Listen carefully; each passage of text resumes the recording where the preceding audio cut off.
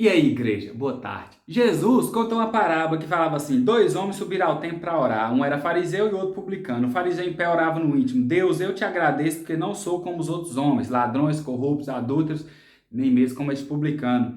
Jejuo 2 vezes por semana e dou o dízimo de tudo que ganho. O publicano nem ousava olhar para o céu, mas batendo o peito dizia: Deus, tem misericórdia de mim porque eu sou pecador. Aqui existe uma questão onde dois homens se portam diante do pecado que eles cometem. É óbvio que tanto um quanto o outro era pecador.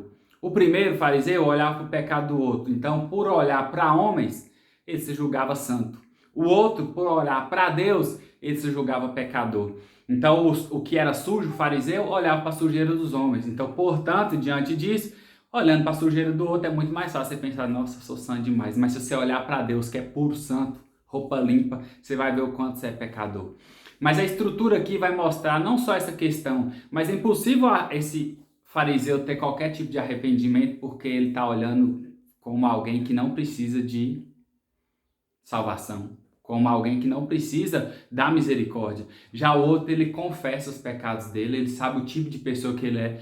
Então, por ser cobrador de impostos, ele já era mal visto por toda a sociedade. Então, mesmo que seja contando a história de um homem que olha para o outro e fala assim: graças a Deus que eu não sou como ele, entende que toda a sociedade ia olhar para esse cara, e talvez numa igreja, no templo lá, eles iam olhar e falar assim: olha quem que está aqui. Mas aquele que todos julgavam: olha quem que está aqui, era alguém consciente dos pecados e estava assim: Senhor, tem misericórdia de mim porque eu sou pecador. Por sorte, essa parábola, por incrível que pareça, foi o grupo de ontem. E aí a gente ficou quase 2 horas falando sobre essa questão. E aí eu vou aproveitar e vou falar o resumo daquilo que a gente falou no grupo ontem. Fica aí já o convite. Quer participar do Deus Caritas? É toda sexta, 7h30. Segue lá no Instagram deles lá. Nossa. Primeira questão. Olhando para a estrutura desses dois homens, eu penso que muito mais importante do que o pecado em si é como a gente age pós-pecado. Como a gente se comporta depois do pecado. Um não se julgou pecador, não se julgou necessidade de misericórdia, não se julgou necessidade de Deus. O outro pecador: Senhor, tem piedade de mim. Tal como Pedro, quando se encontra com Jesus e reconhece a autoridade de Cristo: afasta-te de mim, Senhor, porque eu sou pecador. Entende que o posicionamento pós-pecado é: não sou digno nem de chegar perto do Senhor. Não sou digno nem de lavar os teus pés. Não sou digno, Senhor, de ficar perto do Senhor, porque eu sou pecador. Pós-pecado. Pós-pecado, Adão e Eva pecaram. O que é que eles fizeram? Esconderam de Deus com medo. Será que se a postura deles fosse de confessar pecados, de falar assim: Senhor, eu pequei contra o Senhor, me perdoe, como teria sido o relacionamento deles com Deus? Então, às vezes, a questão não é tanto o pecado, o que faz pós-pecado, que a gente pode simplesmente pensar que existe uma checklist de pecado. Ah, eu fiz tal coisa, nunca fumei. Ah, já que fumei, se eu fumar o resto da vida, eu preciso de Deus ter misericórdia do meu pecado de fumar uma vez só. Não é. Se você fez qualquer coisa errada e mesmo se pedir perdão, isso não te autoriza a continuar fazendo aquilo. Você vai necessitar da misericórdia, da misericórdia, da misericórdia. É como se Jesus, que sofreu pelos nossos pecados, cada chicote, cada chicotada que Jesus levou nas costas, a gente falasse assim: tudo bem, mais uma, peca de novo, mais um chicotado, peca de novo, mais um. A gente se conforma com o pecado, a gente se conforma com quem a gente é. Baseado nisso, conformado em quem a gente vai sempre julgar o outro pior que a gente. Porque a gente se conformou com o tipo de pessoa que eu sou. Ah, eu sou um pecador nível, sei lá, nível 50. E aí você se conforma com o nível 50 que você é. Vamos imaginar que existe esse nível. Mas pecador nunca pode se conformar com o pecado.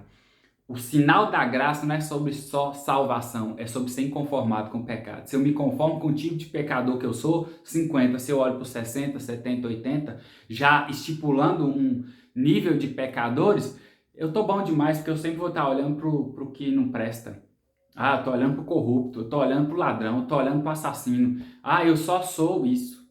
Você tem que olhar para Deus, porque diante de Deus o seu pecado vai te incomodar. Você não é uma pessoa boa. Paulo olhou para Deus e falou: dos pecadores, sou o pior. E aí a gente pega o exemplo que foi falar no grupo ontem de Davi.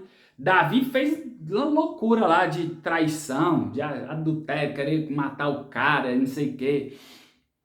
Mas o que que Davi fez pós-pecado? Davi se arrependeu e fez lá o Salmo 51. Ele se debruça, se coloca aos pés de Deus. como alguém que necessita de perdão e declara o pecador que ele é. Sou digno de condenação, tem de piedade de mim, tem de misericórdia de mim, não presto. Davi, pós-pecado, é um homem que se derrama na presença de Deus, clamando pela misericórdia dele. Então Davi, talvez a gente pense, mas Davi é um homem segundo o coração de Deus e pecava. E aí talvez você pense, estou autorizado a pecar. Mas o que faz Davi ser um homem segundo o coração de Deus é a forma com que ele se comportou pós-pecado. Se derramou. Eu sou digno de condenação. Se eu for para o inferno, eu vou porque eu mereço. E não há ninguém nessa terra que, chegando no céu, vai falar assim, estou aqui porque eu mereço. Porque por merecimento, filho, é inferno, capeta e chicotada. Aí um outro ponto que falaram no grupo, que a gente às vezes precisa se esvaziar de nós.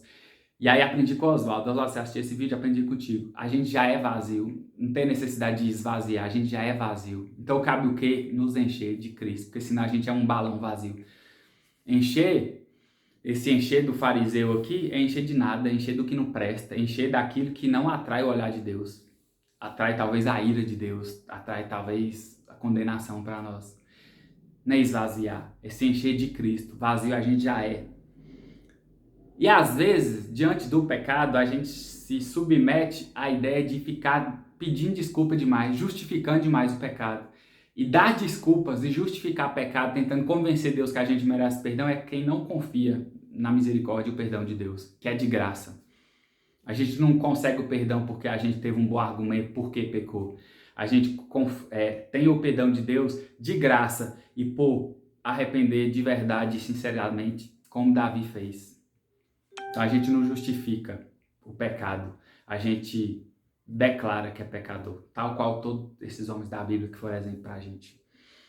E por último, a ideia de que a gente precisa entender que a gente como igreja necessita ter um posicionamento diferente. O julgamento vai ser diferente comigo que está gravando vídeo. Então cada vídeo que eu gravo, eu sei que num julgamento diante de Deus, Deus vai falar assim, você falou, você sabia. Eu tô avisado. Então, um exemplo que eu dei, tipo uma parábola também ontem no grupo, foi tipo assim, eu e Mateus. Tem um estado que eu venho de Vazzelândia e Montes Claros, Vazzelândia, que é cidade de 160 quilômetros. Imagina que eu venho com o Mateus e falo assim, Mateus, vai dirigindo aí pra mim, cochilo e acordo noutra cidade, Januária, que é pra outro lado. Eu falo, pô, Mateus, era pra outro lado, velho, você errou. Mas, tipo assim, o cara nunca dirigiu pra cá, nunca veio aqui, nunca tinha pegado estrada pra cá. Agora, imagina se fosse o contrário, eu que todo fim de semana vou e volto, dormindo, Mateus tá comigo, dormiu, ele acorda em outra cidade. Eu falei, Gabriel, você vai todo fim de semana e errou o caminho? Então, como eu sou igreja, como eu tô na igreja, como eu tenho Bíblia, como eu gravo esses vídeos, Deus entende que eu entendo as coisas. Deus entende que eu entendi a mensagem que Ele me deu. Deus entende que, de alguma forma, eu tô comprometido com Ele. Eu sei o caminho que é. Eu sei o caminho que Cristo fez para mim. De sangue. Para que eu caminhasse. Eu sei muito bem, se eu for para qualquer outra estrada, eu fui sabendo qual era o caminho certo. Eu fui sabendo a porta que eu tinha que abrir. Eu fui sabendo a porta que eu tinha que bater.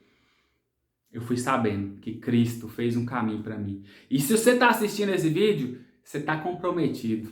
Comprometido porque você parou quase 10 minutos para ouvir alguém falando sobre uma coisa que Deus está falando na palavra. Se você vai precisar se posicionar contra o pecado, contra o tipo de pessoa que você é, contra os seus planos, contra o quanto você está conformado com a ruindade que tem no seu coração, com a sujeira que está no seu coração e com a postura que você tem como pessoa. A palavra chegou até você. Comprometimento. Ser uma estrada que você sempre pega, se você errar o destino, é muito pior do que alguém que nunca caminhou nela. E aí, você tem que fazer o seguinte, deixar um comentário aí, para saber que você chegou até o final, porque o Instagram vai entender que o vídeo é relevante, mais gente vai ouvir e vai ser mais comprometido com a palavra. Porque por mais que possa parecer pesado, meu Deus, estou me comprometendo, mas saiba que Deus está te dando tempo e está te livrando de muita coisa. Saber a estrada que eu devo caminhar muda muita coisa na minha vida. Responde aí para ajudar nos comentários. Qual que é a estrada que você tem que caminhar? Desceu, amém? Descer lá, qualquer coisa, só para eu saber que você chegou até o final. E você está comprometido com a palavra de Deus? Isso que importa. Falou, até a próxima, tchau, com Deus.